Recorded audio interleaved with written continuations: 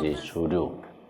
첫째는 히랍 아테네의 이성과 철학, 소크라테스, 플라톤, 아리스토텔레스에 이르는 히랍 철학자들의, 아테네 철학자들의 이성과 철학. 두 번째는 로마의 법과 질서. 세 번째는 히브리 예언자들의 사랑과 전통. 히브리에서의 예언자 전통은 다른 문화권에서는 볼 수 없는 독특한 전통입니다. 성경적 신앙에서만 나타나는 특수한 현상이 예언자 전통입니다. 예언자 전통은 전기, 후기로 나눕니다. 전기는 문서전 예언자, 자기 이름으로 문서를 남기지 않은 예언자들, 엘리야, 엘리사, 나단 이런 분들, 문서전 예언자. 두 번째는 문서 예언자, 자기 이름으로 예언서를 남긴 이사야, 예레미야, 다니엘, 말라기에 이르기까지 자기 이름으로 예언서를 남긴 예언자들을 문서 예언자라 하고, 문서 예언자는 1, 2, 2기, 3기로 나눴습니다. 1기는 BC 8세기 722년, BC 722년 북이스라엘이 아시리아에 멸망당하기 전후 100여 년간 활동한 제1기 문서 예언자. 거기에 6인조가 있습니다. 아모스, 호세아, 이사야, 미가, 요엘, 요나. 이 제1기 문서 예언자의 주역들입니다. 다시 말씀드립니다. BC 8세기 아시리아의 침공으로 북이스라엘이 멸망하는 전후 100여 년간 하나님의 뜻을 받들어서 하나님의 뜻을 백성들에게 전하고 했던 예언자들, 아모스, 호세아, 이사야, 미가, 요엘, 요나, 6사람이 대표적입니다. 2기 문서 예언자는 150여 년 지나서 남유다가 바벨론에 멸망당하기 전후 100여 년간 활약했던 예언자들. 대표적인 경우가 예레미야, 그 시대의 에스겔, 그 시대의 예언자들, 문서 예언 2기입니다. 문서 예언자 3기는 바벨론의 포로로 끌려가서 포로 생활하면서 절망에 빠진 백성들에게 하나님의 뜻을 전하곤 했던 학개, 스바냐, 스가랴, 말라기에 이르는 예언자들이 문서 3기 예언자들입니다. 말라기를 마지막으로 400여 년간 예언자가 끊어집니다. 400년 지난 뒤에 느닷없이 하늘에서 떨어진 사람처럼 세례 요한이 등장합니다. 세례 요한이 예수님 나시기 6개월 전에 먼저 태어나고 먼저 사역을 시작해서 유다 사막 요단강가에서 회개하라, 회개를 선포했습니다.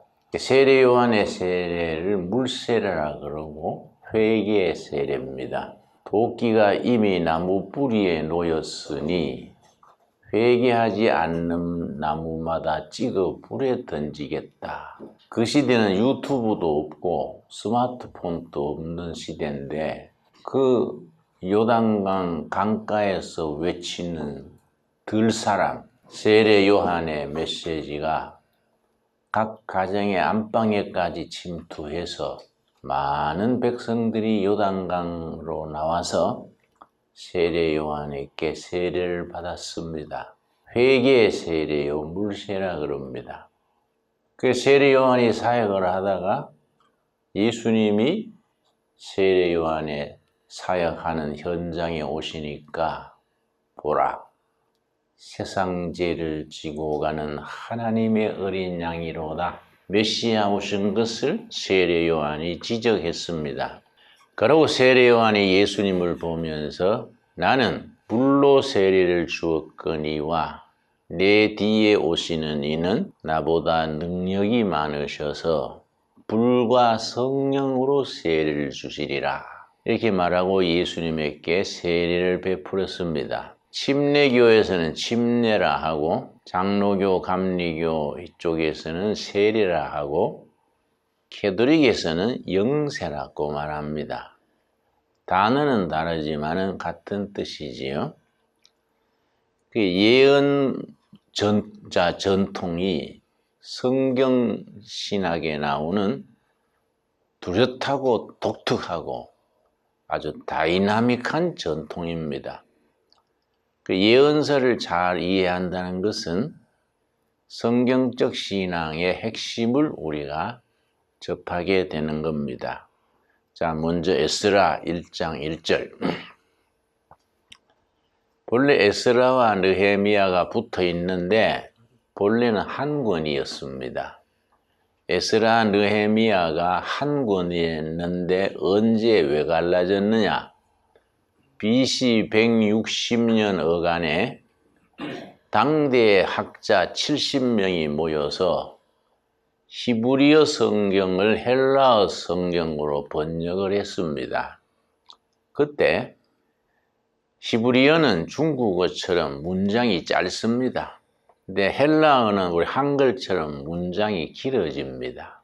내가 쓴 책 황무지가 장미꽃같이 1, 2, 3권짜리를 중국에서 번역을 했는데 한 권으로만 발간했더라고요. 한글은 길어지고 한문은 짧아집니다. 근데 짧아지는 히브리어 성경을 헬라어 성경으로 번역을 하니까 문장이 길어졌습니다. 문장이 길어져서 양피지, 그때의 노트지요. 종이. 갈대 잎으로 만든 종이나 양의 가죽을 거기다가 종이로 만들어서 일일이 손으로 썼습니다. 길이가 한정되어 있지요. 그래서 히브리어로 쓴 에스라, 느헤미야는 양피지 하나에 들어갔었는데 이걸 헬라어로 번역을 하니까 길이가 길어져서 양피지 하나에 쓸 수가 없으니까 에스라, 느헤미야로 갈라졌습니다. 그래서 에스라, 느헤미야를 읽을 때에는 따로 읽지 말고 연결해서 함께 읽는 것이 좋습니다. 자, 1장 1절. 바사왕 고레스 원년에, 바사는 페르시아를 말합니다. 번역을 새로 해야 됩니다. 현대어에 맞게. 페르시아 왕 고레스, The Great King Kyrus, 고레스를 역사에는 키루스 대왕이라고 하고 페르시아 건국주입니다. 키루스 대왕이 페르시아를 건국하던 첫 해, 그 말입니다. 그렇게 번역하면 훨씬 신세대가 알기가 쉽지요. 페르시아 왕 키루스가 즉위하던 때에, 이렇게 번역하는 것이 시대에 맞는 번역이라 하겠지요. 예레미야의 입을 통하여 하신 말씀을 이루게 하시려고 바사왕 고레스의 마음을 감동시키심에 그가 온 나라에 공포도 하고 조소도 내려 이르되 BC 587년에 예루살렘 성이 바벨론 군대에 정복을 당하는데 그때 예레미야라는 애국자가 있었습니다. 이 애국자는 우리가 바벨론하고 친해야 된다. 친바벨론 정책을 써야 된다. 그렇게 주장하는데 왕과 다른 신하들은 친애굽 정책을 썼습니다. 근데 바벨론은 뜨는 해고, 애굽은 지는 달인데 세계의 패권 국가의 추세가 바벨론이 힘을 얻은 시대인데 지는 달인 애굽에 줄 설라 하지 말고 뜨는 해와 같은 바벨론에 우리가 줄 서야 된다. 이렇게 주장을 하니까 왕과 신하들이 친애굽파가 그걸 싫어해가지고 감옥에 가두었습니다. 감옥에 갇혀서 바벨론 군대가 자기 조국을 짓밟고 예루살렘 성이 무너지는 것을 귀로 들으면서 너무나 슬퍼서 쓴 글이 예레미야 애가입니다. 슬프다 내 조국이여. 뭐 이렇게 나가지요. 또 예레미야가 앞으로 바벨론한테 멸망당해서 포로로 끌려가는데 70년 뒤에 회복돼서 되돌아온다. 그걸 예언을 했습니다. 그 예언한 해가 이제 70년이 되던 해 지금 사건이 일어납니다. 예레미야 25장 11절을 보겠습니다. 예레미야가 바벨론의 포로로 끌려가는 사람들 앞에서 가서 조급한 먹지 말고 자식 낳고 집 짓고 열심히 살아라. 70년이 되면 하나님이 해방시켜 줄 것이다. 그렇게 예언을 합니다. 예레미야 25장 11절 말씀.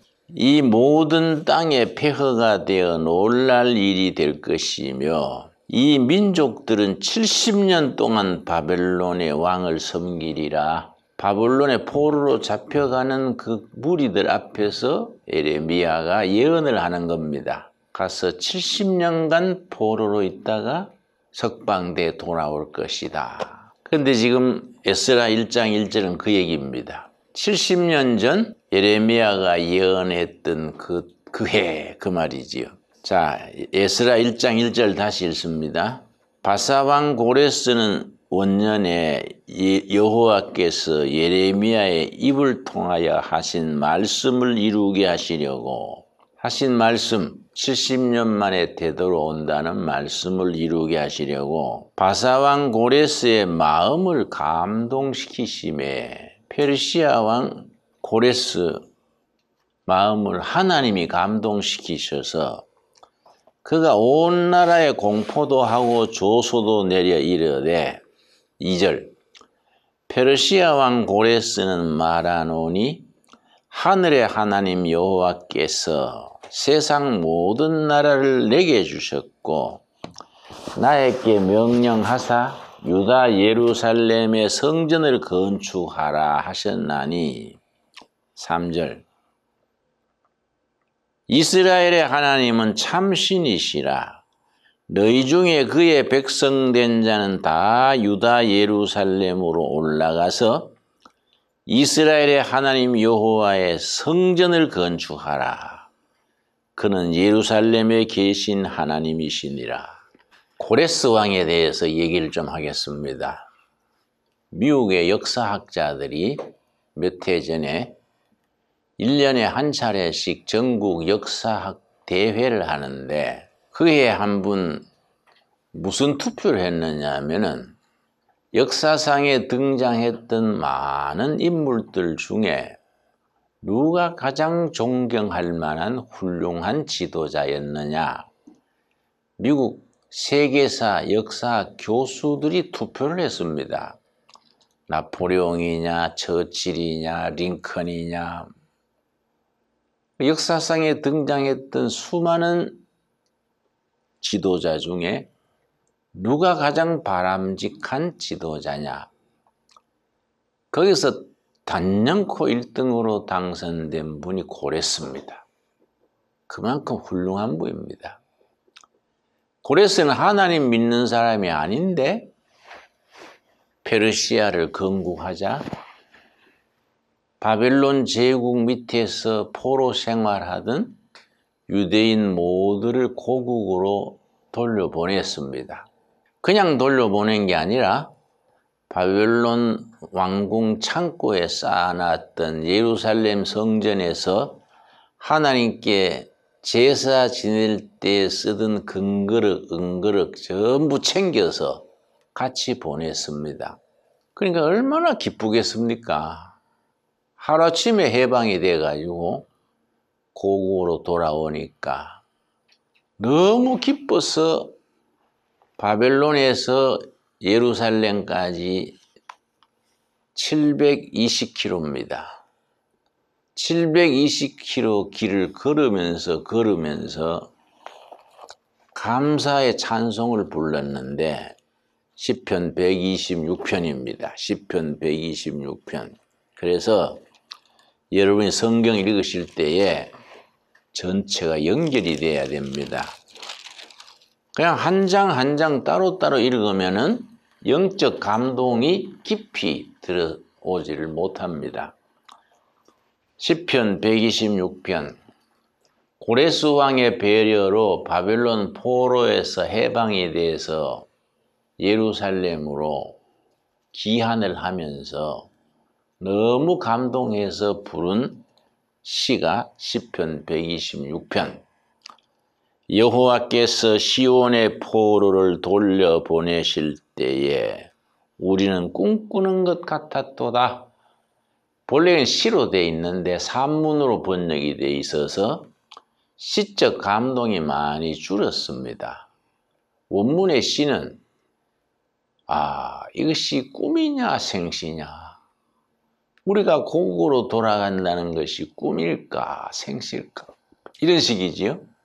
2절. 그때 우리 입에는 웃음이 가득하고 우리 혀에는 찬양이 찼었도다. 그때 문나라 가운데서 말하기를 여호와께서 그들을 위하여 큰 일을 행하셨다 하였도다. 고레스가 해방시켜준 얘기는 빼버리고 하나님이 하신 거이다. 고레스가 들으면 섭섭하겠지요. 이건 고레스가 한 게 아니다. 하나님이 행하신 거다. 하나님이 세상 역사를 주장하신다는 역사에 대한 이해를 섭리사관 그럽니다. 왕을 중심으로 전개하는 역사 이해를 제왕사관, 백성 민중을 중심으로 전개하는 역사를 민중사관, 성경의 사관은 무슨 사관이라고요? 섭리사관. 하나님의 섭리로 이루어진 것이지 고레스가 한 게 아니다. 그래서 3절. 여호와께서 우리를 위하여 큰 일을 행하셨으니 우리는 기쁘도다. 여호와여 우리의 포로를 남방 시내들 같이 돌려보내소서. 그렇게 노래하면서 오는데 5절 6절이 중요합니다. 70년 전에 우리 조상들이 왜 멸망당했느냐? 우상 숭배하고 하나님의 은혜를 잊어버리고 부자들은 가난뱅이를 착취하고 권력자들은 부정부패하고 이래서 하나님이 바벨론 채찍을 쓰셔서 벌을 가하신 거다. 하나님의 은혜로 이제 고국으로 돌아가니 우리 조상들처럼 흥청망청하고 우상 숭배하고 부정부패하고 하지 말고 새로운 각오로 새 역사를 만들자. 이 5절 6절입니다. 시편 126편 5절. 눈물을 흘리며 씨를 뿌리는 자는 기쁨으로 거두리로다. 눈물로 씨 뿌리자. 고난을 각오하고 새로운 역사의 씨를 뿌려서 열매를 거두도록 하자. 6절. 울며 씨를 뿌리러 나가는 자는 반드시 기쁨으로 그 곡식단을 가지고 돌아오리로다. 그래서 이 5절 6절이 해방이 되어서 조국으로 가는 사이에 그들의 각오를 쓴 노래지요. 자, 고레스 왕 얘기를, 개인 이야기를 좀 하겠습니다. 바벨론 제국 안에 30여 제국이 흡수가 돼서 대제국을 이루었는데 거기에 메데라는 나라가 있고 바사라는 나라가 있었습니다. 바벨론 제국 안에. 메데는 메디나, 바사는 페르시아 두 나라가 붙어 있었는데 메디라는 큰 나라고 바사 페르시아는 적은 나라였습니다. 그래서 바벨론에 통합되기 전부터 조금 작은 나라 페르시아가 큰 나라 메디나에 조공을 바쳤습니다. 두 나라가 다 바벨론 깃발에 들어간 거지요. 근데 메디나 왕, 메데, 성경에는 메데입니다. 메데의 왕이 아들이 없고 딸이 있었는데 이 메디나 왕이 꿈을 꿨는데 딸이 소변을 놓는데 그 오줌이 온 나라에 차고 넘치는 꿈을 꿨습니다. 그 이상하다. 그 다음날 신하들을 불러서 내가 어제 이런 꿈을 꿨다. 이게 무슨 징조인가? 너희들이 한번 해석을 해봐라. 이랬더니 그 신하들이 모여가지고 의논한 결과 뭐라고 대답했냐 하면은 폐하, 이건 흉조올시다. 왜 그러냐? 그러니까 앞으로 공주께서 혼인을 해서 아기를 낳을 텐데 그 아들이 이 제국을 전복시킬 흉조입니다. 그러니까 이제 메디나 왕이 뭐 그런 소리. 그랬지만 그게 마음에 남아있는 거예요. 그래서 공주를 결혼시킬 때에 명문 집안에 결혼을 시키면은 그 공주의 아들하고 사돈댁하고 힘을 합쳐서 역적을 할지 모르니까 자기들의 속국처럼 있는 바사의 아주 가난한 집 아들 한 명을 뽑아서 사위를 삼았습니다. 아무 배경이 없는 보통 사람 사위를 삼았는데 공주가 임신을 했어요. 해산달이 가까워오는데 왕이 또 비슷한 꿈을 또 꿨습니다. 그러니까 이번에는 심각하거든요. 그래서 왕이 해산할 때 자기의 비서실장격인 충신을 불러서 그대가 공주 곁에 가서 출산을 도와주는 척 하고 있다가 공주 아기가 나와서 딸이면은 살려두라. 아들이면은 없애라. 지도 새도 모르게 없애라. 그렇게 지시를 했습니다.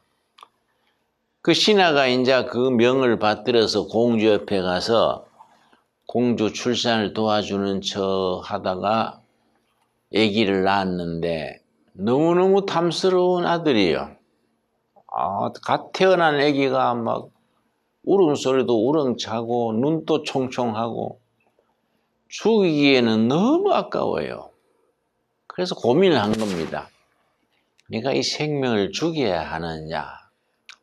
왕명을 따르자면 죽여야 하고 어린아이를 볼 때는 안 죽여야 하고 고민을 하다가 마침 그때 저 산속에 소 먹이는 집에서 같은 날 아침에 출산을 했는데 아들을 낳았어요. 사산을 했어요. 사산. 죽어서 난 겁니다. 그 정보를 듣고서는 바꿔치기 했습니다. 소 먹이는 집 아들의 죽은 아들을 공주의 아들로 데려오고 공주의 아들은 소 먹이는 집 보내면서 절대 소문 내지 말고 조용히 길러라.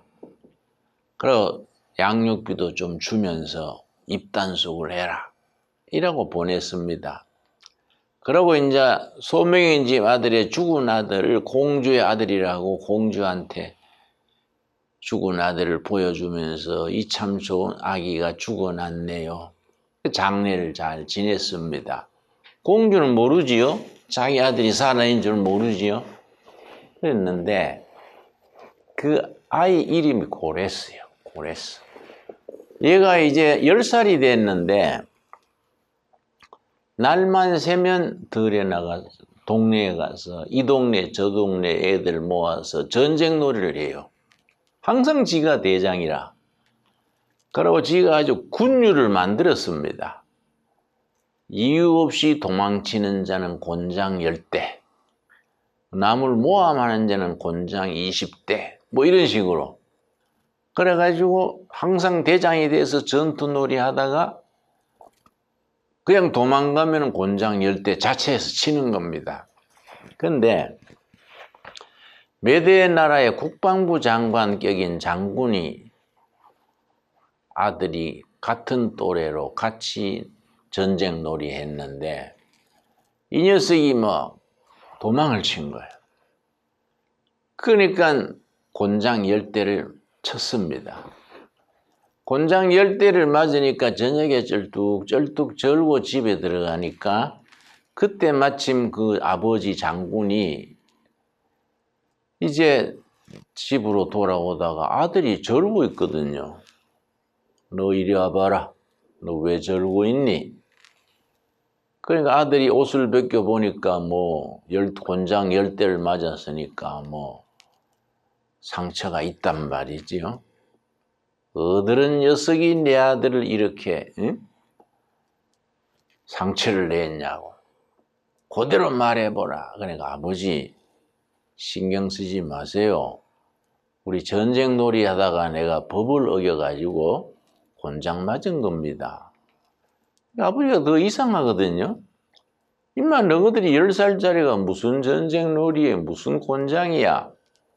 꼬치꼬치 캐묻고서는 열을 받아가지고 고얀 놈 내일 날만 새면 내가 그 녀석 데려다가 물고를 내겠다고 그랬는데 그날 저녁에 왕이 베푸는 연회석이 있었습니다. 쭉 이렇게 왕궁에서 연회를 베푸는데 그 사람이 직책이 높으니까 왕 옆에 앉아서 술잔을 돌렸는데 술이 한 잔 더 하고 나니까 자기 아들 얘기를 한 겁니다. 세상에 오늘 우리 아들이 전쟁 놀이에 져가지고 곤장을 맞고 지금 꼴이 말이 아니라고. 내일 날씨면 그 녀석 잡아다가 혼을 낼라 그런다고. 그걸 왕이 들었어요. 왕이 듣고 좀 이상하니까 그래서 자네 그 말이 무슨 말이냐. 예, 아들이 전쟁 놀이 하다가 사실을 얘기하니까 궁금증이 생겨서 그러면 내일 기회를 한번 데려와 봐라. 그 다음날 고레스를 데려온 거예요. 왕 앞에. 와보니까 딱 자기하고 붕어빵이에요. 외손자잖아요. 그러니까 외탁을 한 거예요. 얘가. 딱 자기 닮은 거예요. 모습도 닮았고 하는 짓도 닮았고 그래서 네가 몇 살이냐? 그러니까 10살입니다. 그러니까 10년 전에 공주 아들 낳던 얘기 생각나는 거예요. 야, 이거 뭔 사연이 있다. 그래가지고 너희 아버지 어머니는 뭐 하시냐? 예, 산속에서 소맥입니다. 그러니까 신하를 시켜서 그 부모를 데려오게 했어요. 데려오게 해서 이씨를 짓고 하렸다. 응? 이 아들이 참 너희 아들이냐? 그러니까 뭐 누구 앞이라고 허튼 소리 하겠습니까? 사실은 10년 전에 아들을 낳았는데 사산을 했습니다. 어떤 귀인이 얘를 데려다 주면서 내 아들 데려가고 절대 소문 내지 말고 길러라 했습니다. 왕이 눈치챈 거예요. 자기 신하가 자기를 기만한 걸 눈치채고서는 아, 하늘이 하는 일이로다. 탄식을 하고서는 고레스를 찾아서 자기 딸한테 보냈습니다. 10년 전에 잃은 네 아들이다. 딸은 뭐 너무너무 감동했겠지요. 근데 괘씸한 거는 자기 신하예요. 감히 왕을 그렇게 기만을 해? 그 신하를 그 다음날 초청을 했습니다. 초청해서 점심 식사를 둘이서 독대를 했어요. 식사에 잘 구운 불고기가 나왔습니다. 불고기를 잘 구워가지고 같이 식사를 하는데 왕은 불고기를 한 점도 안 먹고 신하만 다 먹게 하는 거예요. 그래도 자기는 그런 걸 잘 모르니까 잘 먹었지요. 식사가 끝난 뒤에 왕이 이 고얀 놈 10년 전에 네가 나를 기만했겠다. 고레스라는 아이가 내 공주의 딸인 걸 네가 나를 속이고 그렇게 은폐했지. 내가 그냥 둘 수 없어서 네 오늘 먹은 고기가 무슨 고기인지 아느냐? 네 아들을 데려다가 죽여서 굽은 고기야. 그 옛날 전제군주가 너무한 거지요. 요즘 김정은이도 그런 식이지요. 괘씸하다고 그 신하의 아들을 데려다가 죽여서 아들 고기를 구워서 먹인 겁니다. 그러니 신하가 얼마나 한이 지겠습니까? 자기 아들 고기를 맛있다고 먹었으니 이거 뭐. 그래서 모든 관직에서 다 사임을 하고 전 재산을 팔았어요. 팔아가 아내 자식들 살 만큼 한 몫씩 주고 챙겨가지고 공주를 찾아갔습니다. 그 자기 자식 고기 먹은 게 한이 져서, 남자가 한이 지면 온열에 동상 걸린다 그러지요? 그게 뼛속 깊이 사무친 거예요. 그 재산을 다 팔아가 식구들 살 만큼 주고 재산을 뭉쳐가지고 공주를 찾아가서, 공주님, 이번에 다시 찾은 아들을 사실은 내가 그렇게 만들었습니다. 내 아드님 고레스의 가정교사가 되겠습니다. 그러니까 공주는 좋지요. 대제국의 비서실장격이던 사람이 경륜이 있지 않습니까? 아이고 그래 해주시면 감사하지요. 아들 교육을 그 맡겼어요. 자기 가져온 재산 가지고 전쟁하는 법, 나라 다스리는 법 자세하게 가르친 겁니다. 10년 만에 20살이 됐을 때에 자기가 속한 나라 페르시아를 정권을 잡았습니다. 그러고 몇 년 뒤에 자기 외할아버지의 나라 메대를 통합시켰습니다. 사실은 꿈처럼 된 거지요. 그래가지고는 BC 587년에 바벨론 자체를 무너뜨렸습니다. 바벨론을 무너뜨리고 이제 왕이 됐는데, 옛날 전쟁놀이 할 때 같은 전쟁놀이 하는 친구들 중에 예루살렘에서 포로로 끌려온 집에 아들이 있었어요. 이름이 수룹바벨입니다. 수룹바벨. 수룹바벨 귀에 있지요? 수룹바벨 성전 그러지 않습니까? 수룹바벨이 그 포로로 끌려온 집 아들인데 같이 전쟁놀이 했는데, 고레스가 전쟁놀이 하면서 수룹바벨한테 내가 나중 진짜 왕이 되면 너가 나라는 포로를 다 석방시켜준다. 이러니까 수룹바벨이 이왕 보내줄 바이면 왕궁 창고에 있는 우리 성전에서 제사 지내던 은그릇도 다 같이 보내주시오? 그래라. 그렇게 말한 적이 있어요. 근데 그 고레스가 이제 바벨론을 쓰러뜨리고 페르시아 제국을 건국한 원년에, 제1년에 수룹바벨이 고레스를 찾아왔어요. 폐하시여, 옛날에 약속한 거 지키셔야지요. 우리 동포들을 예루살렘으로 보내주시고 하나님께 제사 지내는 은그릇, 금그릇 다 돌려보내주세요. 그러니까 그렇게 해라. 약속한 건 지켜야지. 이게 바로 이 배경이에요. 그래서 이제 조서를 내려가지고 바벨론 안에 있는 모든 유대인들은 고국으로 돌아가서 예루살렘 성전을 짓고 너희 하나님을 섬겨라. 너희 하나님이 참 신이시다. 그 얘기지요. 그래서 이제 바벨론에서 페르시아 수도를 수산궁 그래요. 수산궁. 거기서 예루살렘까지 걸어가면서 쓴 시가 아까 읽은 126편이지요. 이제 고레스의 이야기입니다.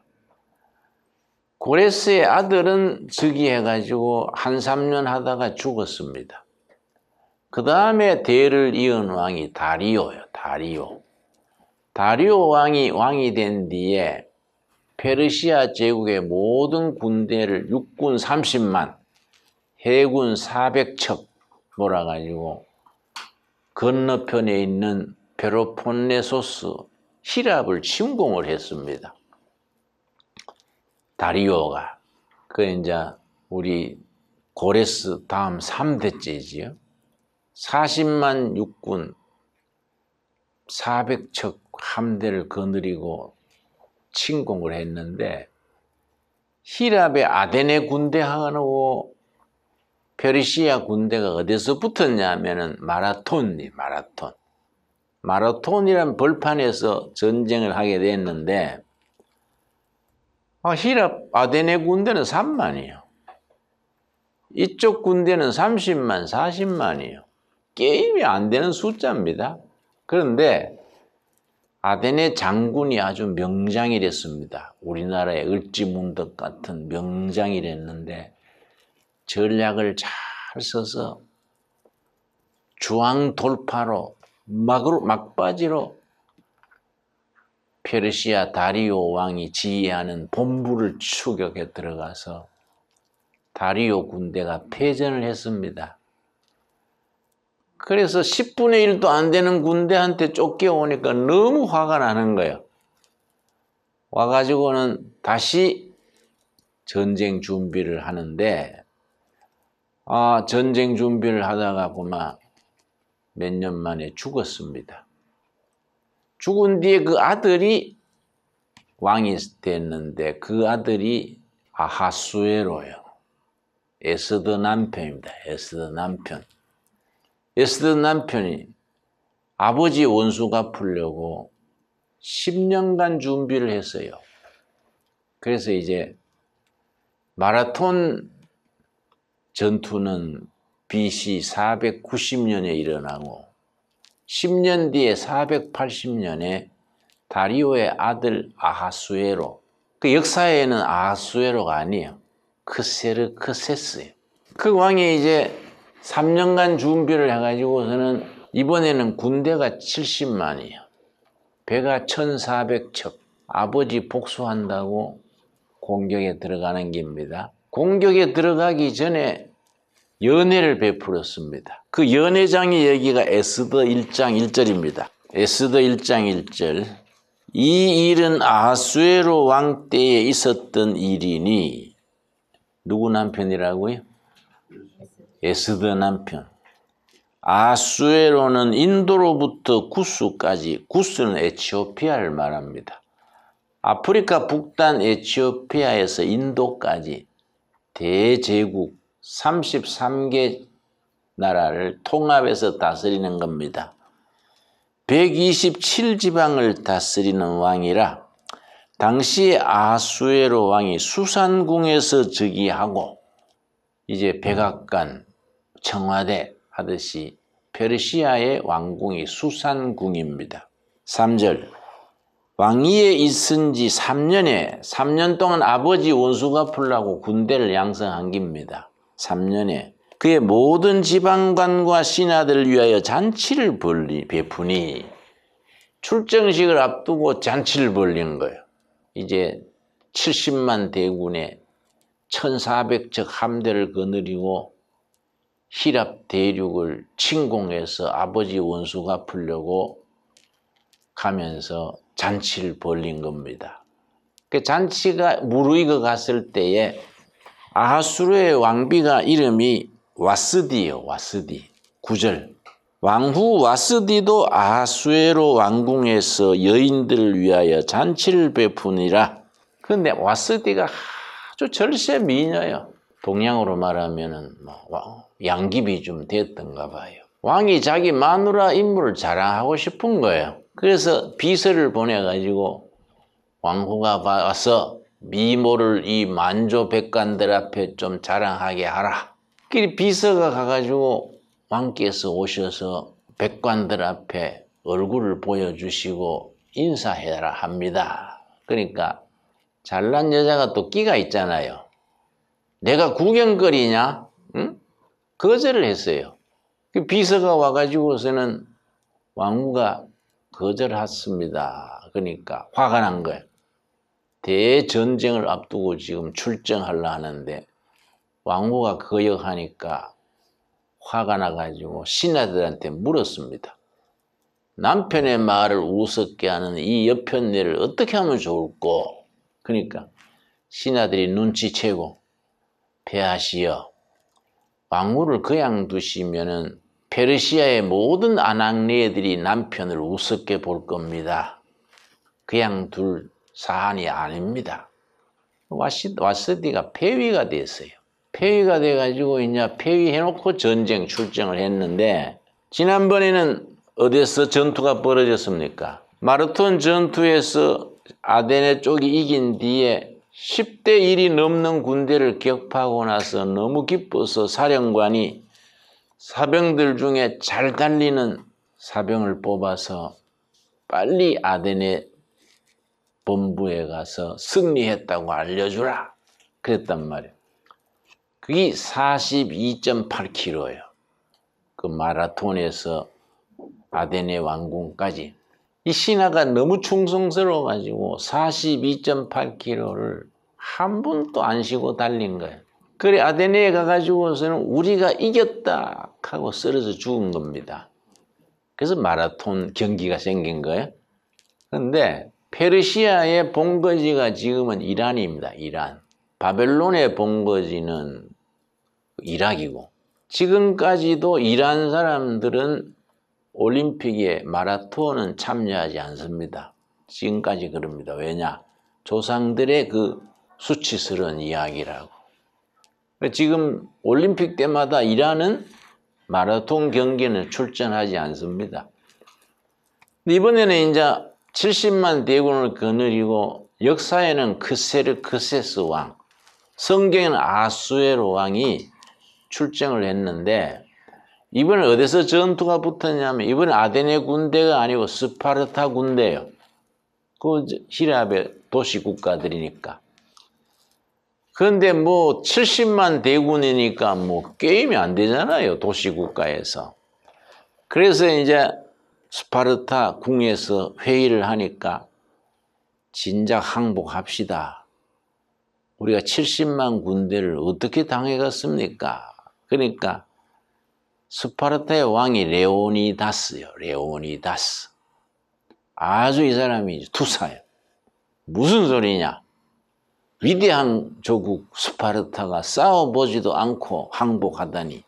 그러고서는 300명의 정예 군대를 뽑았습니다. 전부 아들이, 대를 이을 아들이 있는 300명을 뽑아가지고 테르모필레라는 해협이 있어요. 테르모필레. 유명한 곳입니다. 이쪽은 가파른 산이고 이쪽은 바다예요. 이 협곡이 좁아가지고 한 명이 100명 지킬 수 있다는 해협이요. 테르모필레 딱 해협에다가 300명이 딱 창을 들고 서서 3일간 막았어요. 3일간. 3일간을 막다가 전원전사했습니다. 근데 3일이 황금의 3일이야. 또 우리나라가 6.25 때 인민군이 서울을 점령한 뒤에 서울서 3일을 허비했지요. 그 3일 때문에 우리 국군이 낙동강 전선을 정비해가지고 유엔군이 와서 우리가 북진했지 않습니까? 요 3일 이 스파르타 레오니다스가 딱 막아주는 그 기간에 아데네의 장군이 데모스텔레스예요. 아데네 시내에 있는 모든 시민을 그 옆에 살라미스라는 섬으로 옮겼어요. 부산으로 말하면 거제도예요. 부산 시민을 거제도로 옮긴 거예요.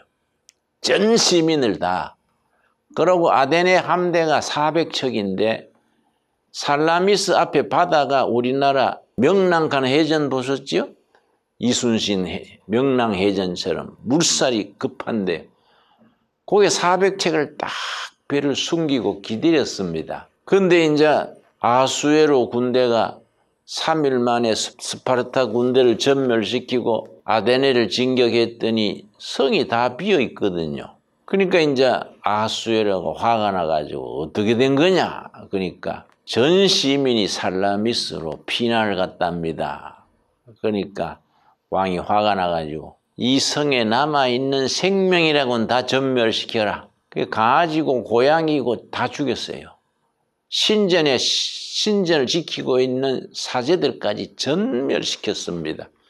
그래서 살라미스로 전쟁을 하러 간 거지요. 살라미스의 아테네 명장 데모스텔레스는 딱 배를 숨겨놓고 기다렸어요. 그런데 천척이 넘는 배가 공격에 들어오니까 물살은 빠른데 자기들 배끼리 부딪히는 거예요. 그걸 공격을 하니까 자기들끼리 충돌하고 막 배가 뒤집어지고 자기 해군이 전멸했어요. 전멸. 그러니까 해군이 전멸하니까 이거는 보급이 끊어지고 배후가 차단되니까 아수에로가 할 수 없이 철군을 했습니다. 얼마나 우울하고 화나겠습니까? 들어앉아가지고 막 회의도 안 하고 울적하게 있으니까 신하들이 우리 새로운 왕후를 뽑아가지고 왕의 근심을 좀 위로해 드리자. 그러고는 왕하고 의논해서 33개 제국들 중에 한 나라의 최고 미녀 한 명씩을 뽑아서 왕후 될 사람을 콘테스트를 한 거예요. 근데 거기에 누가 뽑혔느냐? 유대인으로 포로되어 왔다가 자기 아버지 어머니는 죽고 삼촌 댁에 얹혀 살던 에스더가 그 후보 중에 한 명으로 뽑힌 거예요. 워낙 인물이 출정하고 소문난 미녀니까 왕후 후보로 이제 뽑혔는데, 왕후 후보로 뽑힌 처녀들이 한 집에 살면서 왕궁에서 어떤 작전을 썼냐면은 신분을 위장시키고 궁녀들 중에 10명을 들여보냈어요. 같은 후보인 척하고. 한 달간 같이 살면서 누가 왕후감인지 너희들이 누가 왕후감이라고 보고를 해라. 그렇게 들여보냈는데 한 달 뒤에요. 10명이 전부 다 100%가 에스더를 지목한 거예요. 에스더가 참 왕후감입니다. 인물이나 품행이나 모든 것이 왕후감입니다. 그래서 에스더가 왕후가 된 겁니다.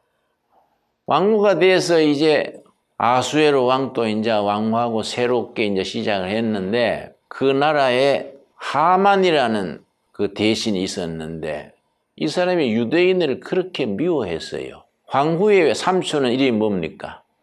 모르드게지요? 모르드게와 하만이 이게 정적이요, 정적. 왜 그러냐면은 하만이 왜 유대인을 미워했느냐? 아멜렉 족속의 자식이요.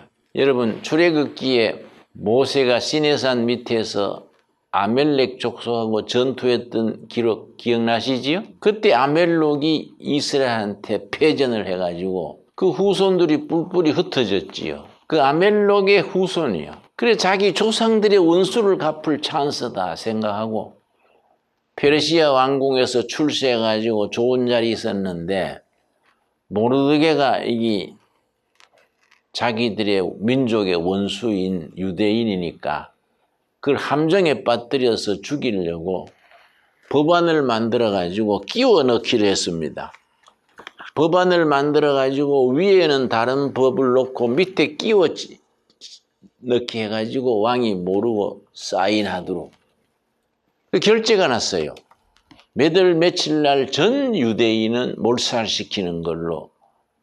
그걸 알고 모르드게가 왕후한테 편지를 보냈습니다. 에스더 4장, 에스더 4장 13절 말씀. 역사라는 것은 정말 흥미진진합니다. 우리가 역사를 좋아해야 돼요. 성경을 그 부분만 읽으면 깊이 들어가지를 못합니다.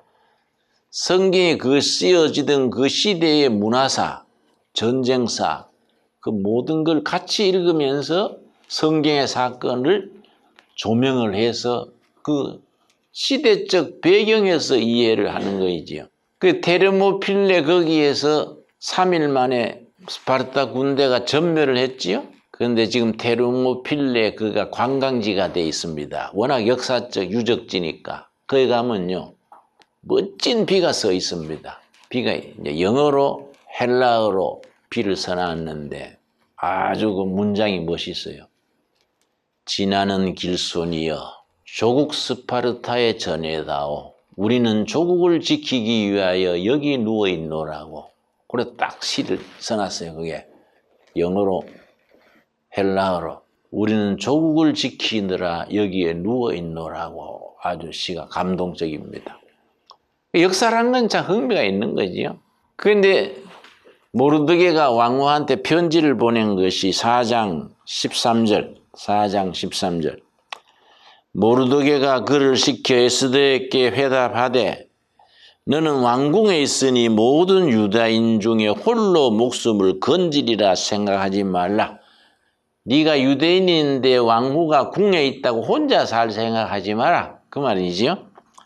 이때에 너가 만일 잠잠하여 말이 없으면 유다인은 다른 데로 말미암아 노임과 구원을 얻으려니와 너와 너 아버지 집은 멸망하리라. 너가 왕후의 자리를 얻은 것이 이때를 위함이 아닌지 누가 알겠느냐? 네가 고아로서 자라서 왕후가 된 것이 이때 쓰임 받으려고 이때를 위함인 것이 아니겠느냐? 좋은 말이지요? 여러분 우리가 지금 있는 처지를 다 이때를 위해서 있는 것으로 그런 사명감을 느낄 수 있기를 바랍니다. 그 이제 왕후가 뭐라 그랬느냐? 15절. 에스더가 모르드게에게 대답하여 이르되 당신은 가서 수산에 있는 유다인을 다 모으고 나를 위하여 금식하되 밤낮 3일을 먹지도 말고 마시지도 마소서. 나도 나의 시녀와 더불어 이렇게 금식한 후에 규례를 어기고 왕 앞에 나아가리니 그 다음 뭐라 그랬습니까? 죽으면 죽으리이다. 죽으면 죽으리이다. 왜 이 말이 나왔냐면은 그 당시에는 하도 암살이 심할 때라 왕 앞에 허가 없이 다가오면은 암살자로 간주해서 죽였습니다. 아버지고 자식이고 관계없어요. 누구든지 허락 없이 왕 앞에 나면 죽인 겁니다. 왕후가 왕이 안 부르는데 갈 수가 없지 않습니까? 내가 죽으면 죽을 작정하고 왕한테 찾아가서 내가 무슨 일을 하겠습니다. 그 얘기죠. 죽으면 죽으리이다. 그래서 이제 3일 금식을 다 하고 왕 앞에 갔는데 왕이 손에 부채를 들고 있어요. 부채를 들고 있다가 부채를 올리면 환영이야. 부채를 내리면 이거는 처형이야. 왕후가 3일 금식한 뒤에 가니까 왕이 부채를 들면서 환영을 하거든요. 아, 왕후 어서 오세요. 그러니까 웬일이요? 그러니까 며칠 뒤에 우리 왕후 궁에서 잔치를 벌이고 싶은데 초청을 하고 싶어서 왔습니다. 하니까 좋은 일이라고. 야 가지. 그러니까 그날 신하 하만도 꼭 좀 오게 하십시오. 그 이제 아멜렉 자손인 하만도 같이 오라고. 그날 하만도 다 데리고 왕후 궁에 갔습니다. 잔치가 이제 익어가는데 황후가 폐하시여 우리 민족이 폐하께 얼마나 충성하시는데 왜 몰살을 시키려 합니까? 그러니까 이게 무슨 소리요? 왕후가 이실 짓고 한 거야. 이래 해서 며칠 뒤에 우리가 몰살당하게 됐습니다. 나도 유대인이니까 그날 죽어야 됩니다. 왕이 열받은 거야. 어찌 감히 그런 일이 있느냐고. 그래서 모르드게를 달아매려고 세워놨던 그 말뚝에 하만을 달아매 주겠다는 거지요. 이 지금까지 이스라엘 민족의 3대 절기에 속합니다. 그날을 부림절 얘기 들으셨나요? 부림절. 지금 또 이스라엘 3대 절기, 유월절, 애굽에서 해방된 날, 유월절, 바벨론에서 살아남은 날, 부림절, 세 번째는 광야 40년을 기리는 장막절. 이게 이제 이스라엘 국가의 3대 절기입니다. 이런 역사 속에서 섭리로 다스리시는 하나님을 이런 스토리와 스토리 속에서 우리가 만날 수 있게 되기를 바랍니다. 오늘 거기까지 기도하겠습니다. 하나님 감사합니다. 금식 이틀째 우리가 새벽 제단 쌓고 오늘 오전 9시에 말씀 공부로 시작했습니다. 이 하루도 산행을 하고 운동을 하고 교제를 하고 기도하면서 살아계신 하나님을 만나는 복된 날 되게 하옵소서. 두고 온 가정과 섬기는 교회와 일터를 두루 함께 하옵소서. 예수님 이름 받들어 기도드렸사옵나이다. 아멘.